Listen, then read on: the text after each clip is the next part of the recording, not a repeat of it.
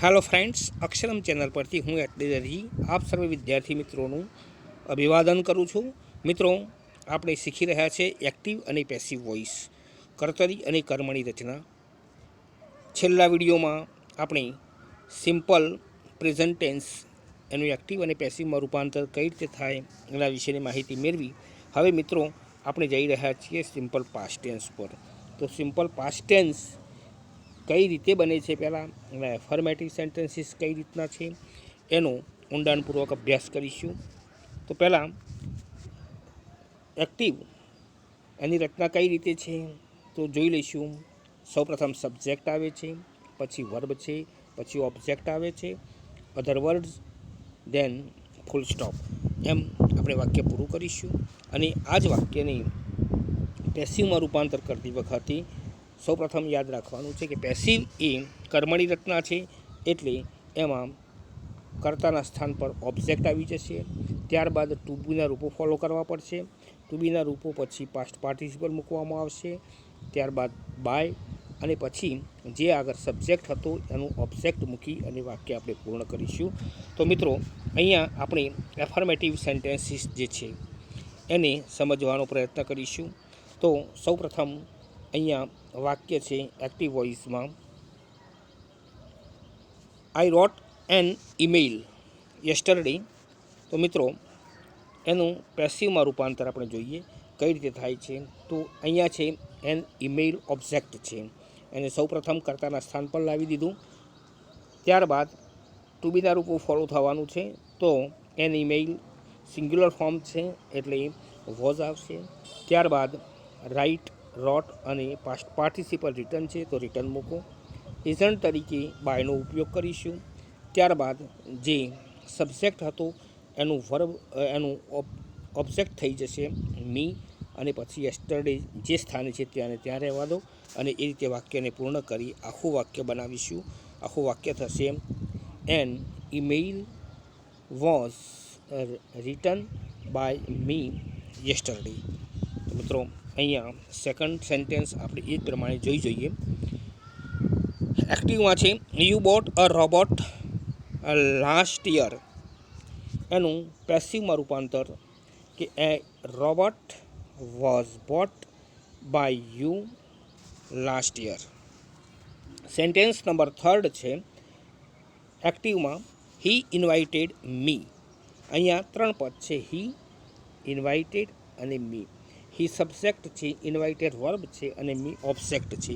ઓબ્જેક્ટને આપણે કર્તાના સ્થાન પર લઈ જઈશું તો થઈ જશે આઈ, ત્યારબાદ ટુ બીનું રૂપ છે વોઝ, ઇન્વાઇટેડ, એજન્ટ તરીકે બાય લીધો, અને ત્યારબાદ આપણે હિમનો ઉપયોગ કરી અને વાક્ય પૂર્ણ કરીશું। તો મિત્રો, આખું વાક્ય થશે I was invited by him. Sentence number fourth છે she saved us last night, એનું પેસિવમાં અસ અહીંયા ઓબ્જેક્ટ છે તો એનું સબ્જેક્ટ થઈ જશે વી, એની સાથે ટુ બીના રૂપો વેર છે, સેવ એનું પાસ્ટ પાર્ટિસિપલ સેવ્ડ થાય છે, બાય શીનું ઓબ્જેક્ટ હર, લાસ્ટ નાઇટ ત્યાંનું ત્યાં જ રહેશે। આ રીતે આખું વાક્ય પૂરું કરીશું। મિત્રો, પૂરું વાક્ય થશે we were saved by her last night. Sentence number fifth એ રીતે we saw wild animals yesterday, એનું પેસિવમાં રૂપાંતર જુઓ, wild animals were seen by us yesterday. મિત્રો, આ રીતે એફર્મેટિવ સેન્ટેન્સીસ છે એનું એક્ટિવમાંથી પેસિવમાં આપણે રૂપાંતર જોયું કે કઈ પ્રકારના ફેરફારો થાય છે એ ધ્યાનપૂર્વક સમજી લેશો। અને હવે મિત્રો, આપણે આ જ વાક્યો જે છે એનું નેગેટિવ એટલે નકારાત્મક વાક્ય બનાવવા માટે શું કરવાનું, તો સૌપ્રથમ એ વાતનો આપણે ખ્યાલ મેળવી લઈએ કે સિમ્પલ પાસ્ટ ટેન્સ જે છે એ સિમ્પલ પાસ્ટ ટેન્સના વાક્યને નેગેટિવ બનાવવા માટે શું કરવાનું છે, તો સહાયકારક ક્રિયાપદ ખાસ ડીડ લેવાનો છે, અને ડીડની સાથે નોટ મૂકશો એટલે વાક્ય નેગેટિવ બની જશે। અહીંયા નેગેટિવ સેન્ટેન્સીસ જે છે એની રચના કઈ રીતે છે, તો સૌપ્રથમ સબ્જેક્ટ છે, ત્યારબાદ ડીડ નોટનો ઉપયોગ થશે.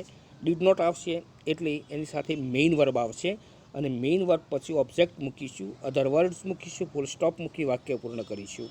તો મિત્રો અહીંયા સેન્ટેન્સ આપણે ક્રમશઃ જોઈશું. I did not attend the meeting yesterday. Second sentence છે he did not win the race last week. Third sentence છે she did not wear school uniform last Monday. Sentence next fourth છે she did not like games અને fifth છે the patients did not take medicines last night. મિત્રો sentence number sixth છે they did not break the records last year. He did not leave his study last month. Sentence number 8 છે we did not stand in the queue yesterday. Ninth છે I did not join NCC last year. અને મિત્રો last Neelam did not call me yesterday. તો મિત્રો આ રીતે did not મૂકી અને વાક્યને નકાર બનાવવામાં આવે છે અને ડીડ જ્યારે વપરાશે ત્યારે મેઇન વર્બ વપરાશે. આ ખાસ ધ્યાન રાખવાનું છે. અને હવે આ જ વાક્યને આપણે પેસિવ વોઇસની રચનામાં સમજવાનો પ્રયત્ન કરીશું. તો પેસિવ કઈ રીતે થાય છે મિત્રો? તો અહીંયા એનું પેસિવ કન્સ્ટ્રક્શન છે I did not read a story book yesterday. તો મિત્રો એનું પેસિવમાં રૂપાંતર છે આઈ A story was not read by me yesterday. Sentence second છે he did not like birds last evening. તો મિત્રો અહીંયા ઓબ્જેક્ટ છે બર્ડ્સ, તો બર્ડ્સને પહેલાં લેવાનું છે.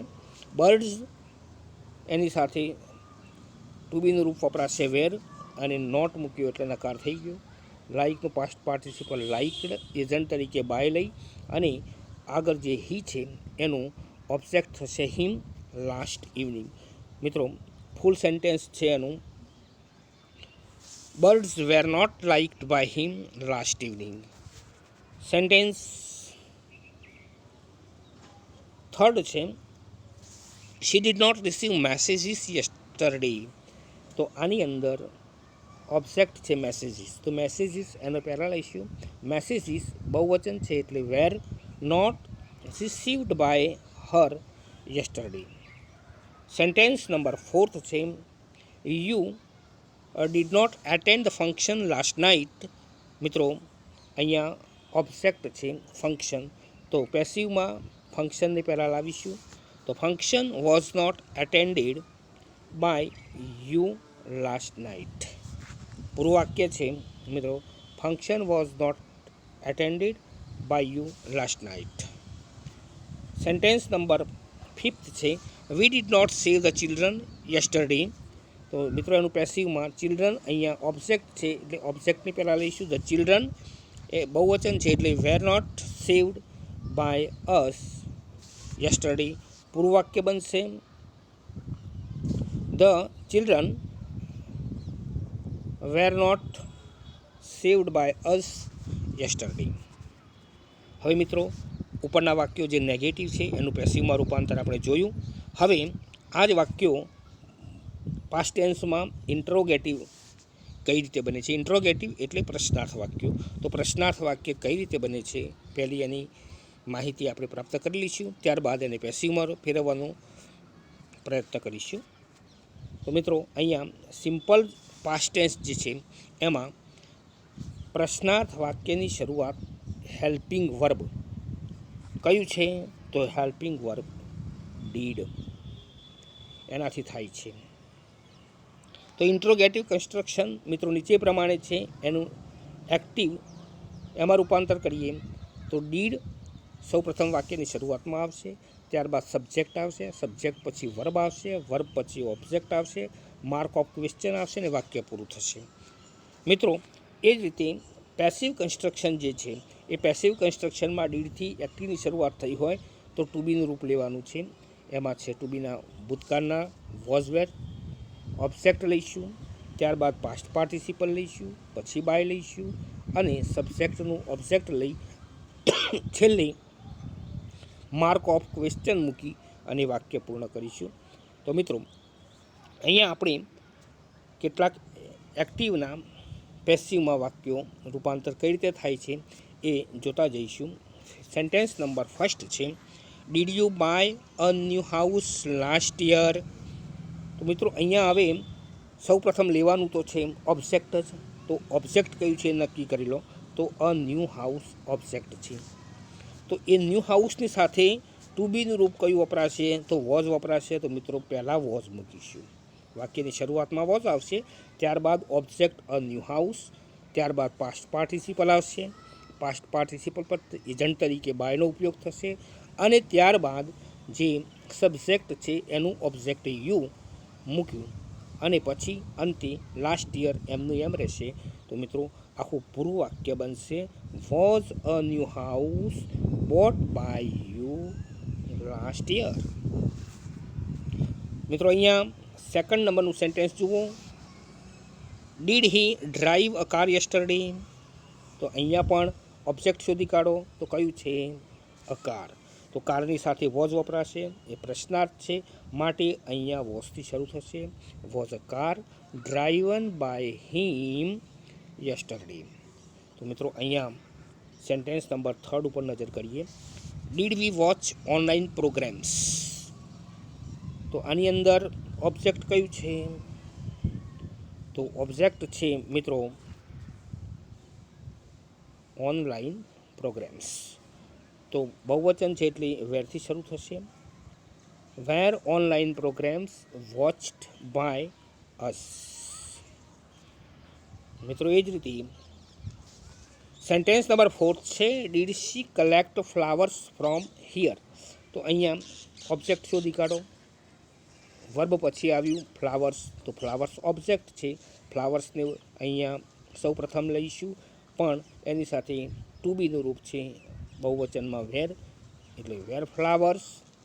કલેક્ટનું past participle collected, by her from here, mark of question. તો આખું પૂરું વાક્ય મિત્રો આ પ્રમાણે થશે, were flowers collected by her from here.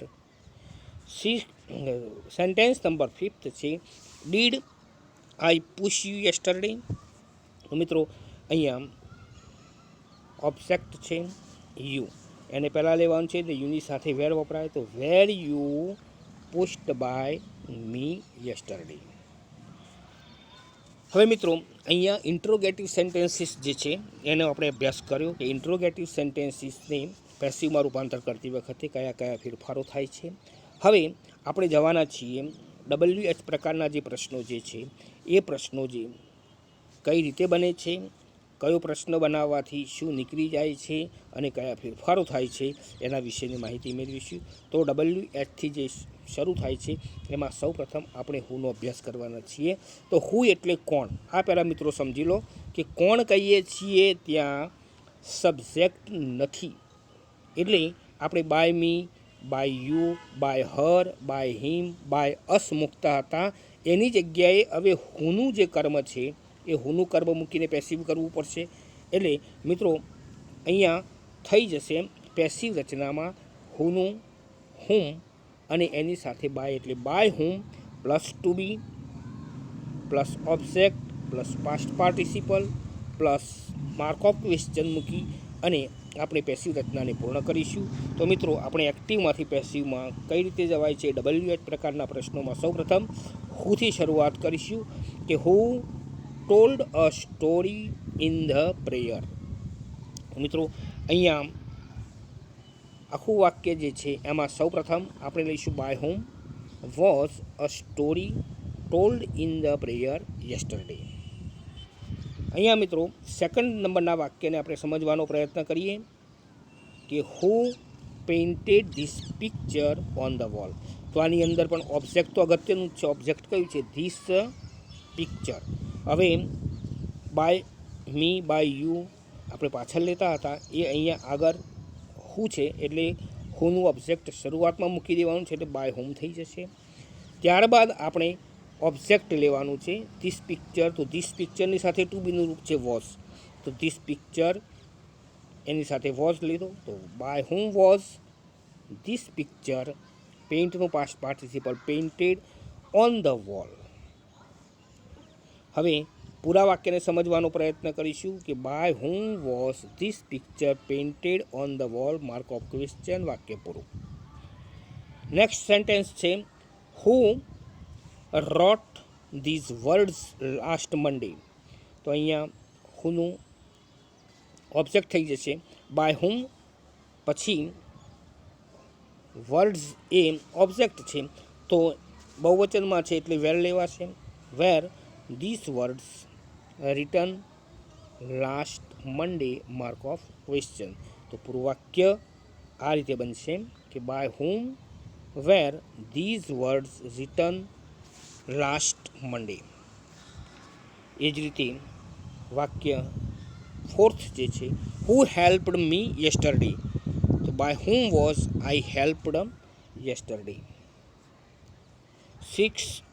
Sentence number fifth who planted trees last month.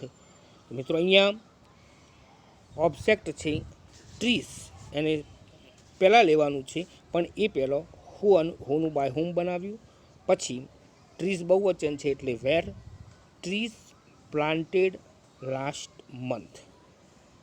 પૂરું વાક્ય મિત્રો આ રીતે બની ગયું by whom were trees planted last month, mark of question. હવે એ જ પ્રમાણે આગળ વોટથી પ્રશ્ન બનાવવાનો છે. તો વોટથી શરૂ થતી વાક્યરચના જે છે એમાં એટલી ખાસ એ બાબત ખાસ ધ્યાન રાખવાની કે ઓબ્જેક્ટ એની અંદર હોતું નથી, એટલે ઓબ્જેક્ટ આપણે શોધવાનો પ્રયત્ન કરવાના છીએ જ નહીં, ઓબ્જેક્ટ ત્યાં હોતું નથી. તો આ બાબત ખાસ સમજી લેવી. હુથી કોઈ પણ વાક્ય, વોટથી કોઈ પણ વાક્ય બનશે તો એમાં ઓબ્જેક્ટ હોતું નથી. આ બાબતને ખાસ IMP સમજી અને આપણે વાક્ય સમજવાનો પ્રયત્ન કરીશું. એમાં એક્ટિવ રચનામાં છે વોટ, ડીડ, પછી સબ્જેક્ટ છે, ત્યારબાદ વર્બ આવે છે, અધર વર્ડ્સ આવે છે અને પછી માર્ક ઓફ ક્વેશ્ચન આવીને વાક્ય પૂરું થાય છે. એ જ વાક્યને આપણે પેસિવ રચનામાં લઈશું. તો પેસિવ રચના આ પ્રમાણે થશે વોટ આવશે, ત્યારબાદ તરત જ ટુ બીનું રૂપ વોઝ અને were, past participle, by, subject, object અને છેલ્લે માર્ક ઓફ ક્વેશ્ચન. અહીંયા હવે એક્ટિવનું વાક્ય આપણે જોઈએ અને એને પેસિવમાં રૂપાંતર કરીએ. તો what did you speak in the meeting.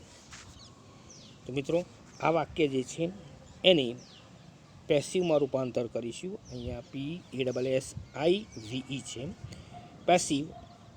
એમાં સૌપ્રથમ વોટથી શરૂઆત કરી, ત્યારબાદ અહીંયા ડીડ છે એટલે અહીંયા ટુ બીનું રૂપ આવી જશે વોઝ. મોટા ભાગે અહીંયા વોટની સાથે વોઝનો જ ઉપયોગ થશે, કારણ કે ઓબ્જેક્ટ છે જ નહીં એટલે સિંગ્યુલર પ્લુરલ જોવાનું રહેતું નથી. તો વોટ વોઝ, ત્યારબાદ past participle spoken by you in the meeting. પૂરું વાક્ય મિત્રો આ રીતે બનશે કે what was spoken by you in the meeting. Next sentence છે એક્ટિવમાં what did she see in the dark last night. એનું પેસિવમાં what was seen by her in the dark last night. Sentence number third છે what did he use for family. એનું પેસિવમાં what was used by him for family. 4 નંબરનું વાક્ય છે what did we celebrate in the group last evening. તો what was celebrated by us in the group last evening. મિત્રો sentence number 5 છે what did I drink from the glass last morning.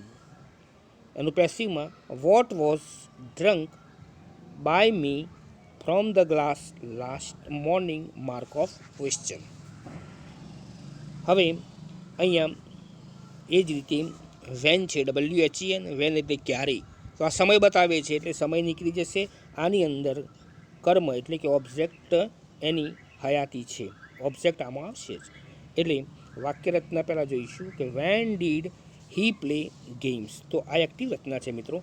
હવે નીચે passive રચના જે છે એ passive રચનામાં વેનથી શરૂઆત થશે, ત્યારબાદ આપણે લેવાના છીએ ઓબ્જેક્ટ, એટલે ઓબ્જેક્ટ છે ગેમ્સ, તો ગેમ્સ અહીંયા લઈશું એટલે એની સાથે ટુ બીનું રૂપ આવશે વેર, તો વેન વેર ગેમ્સ, પછી પાસ્ટ પાર્ટિસિપલ લઈશું પ્લેનું, પ્લેડ, બાય મૂકી અને આ હી જે છે એનું ઓબ્જેક્ટ થઈ જશે હિમ, તો પૂરું વાક્ય થઈ જશે when were games played by him.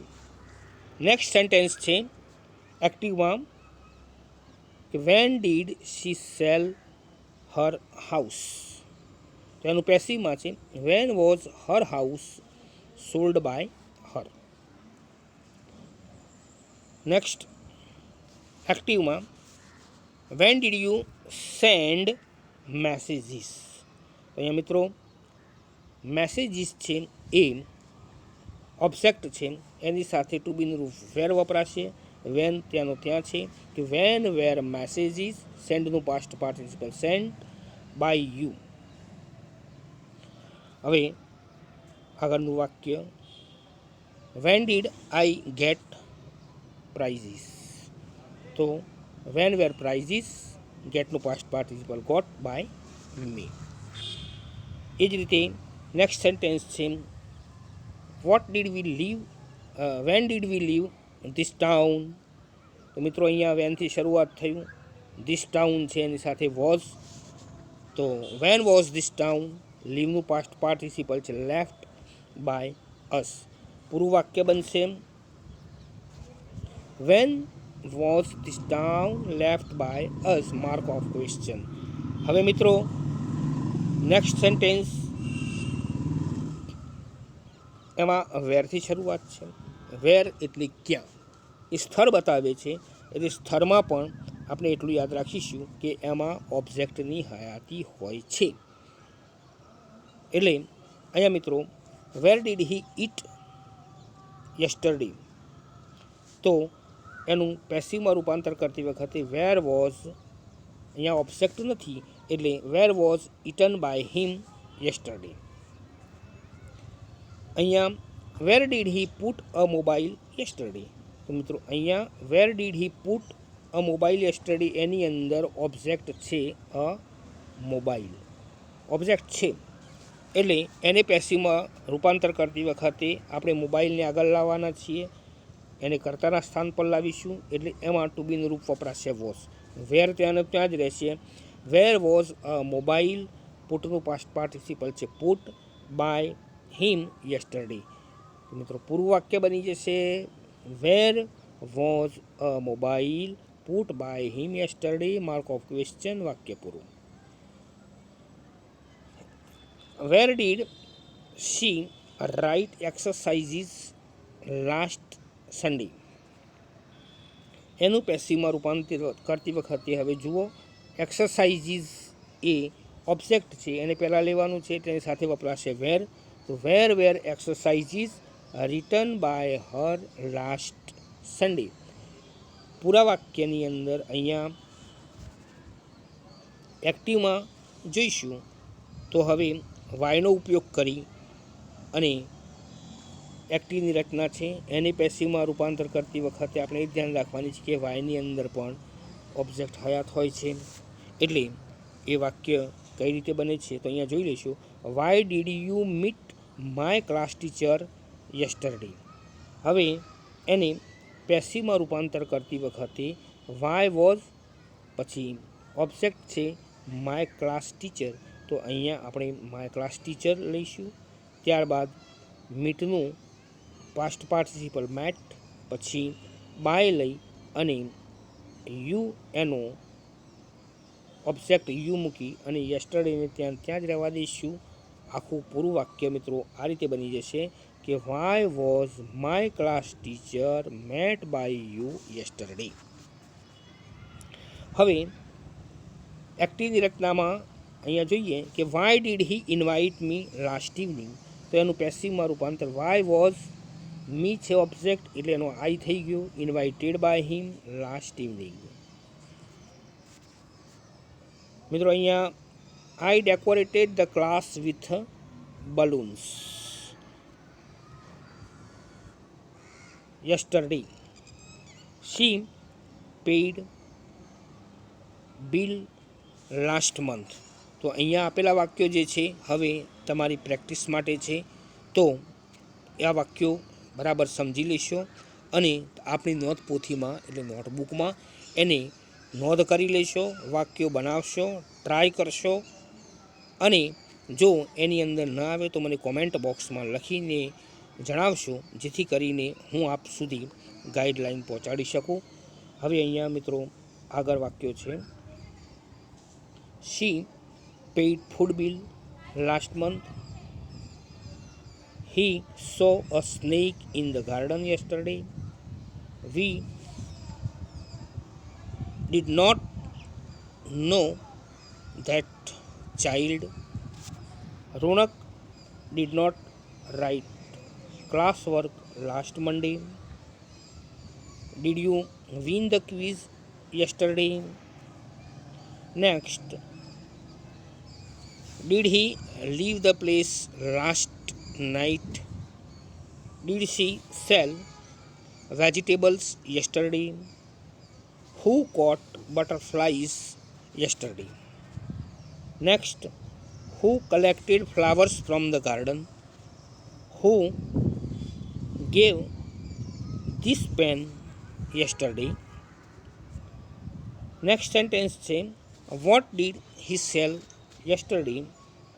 When did you find what did you find from the house last night?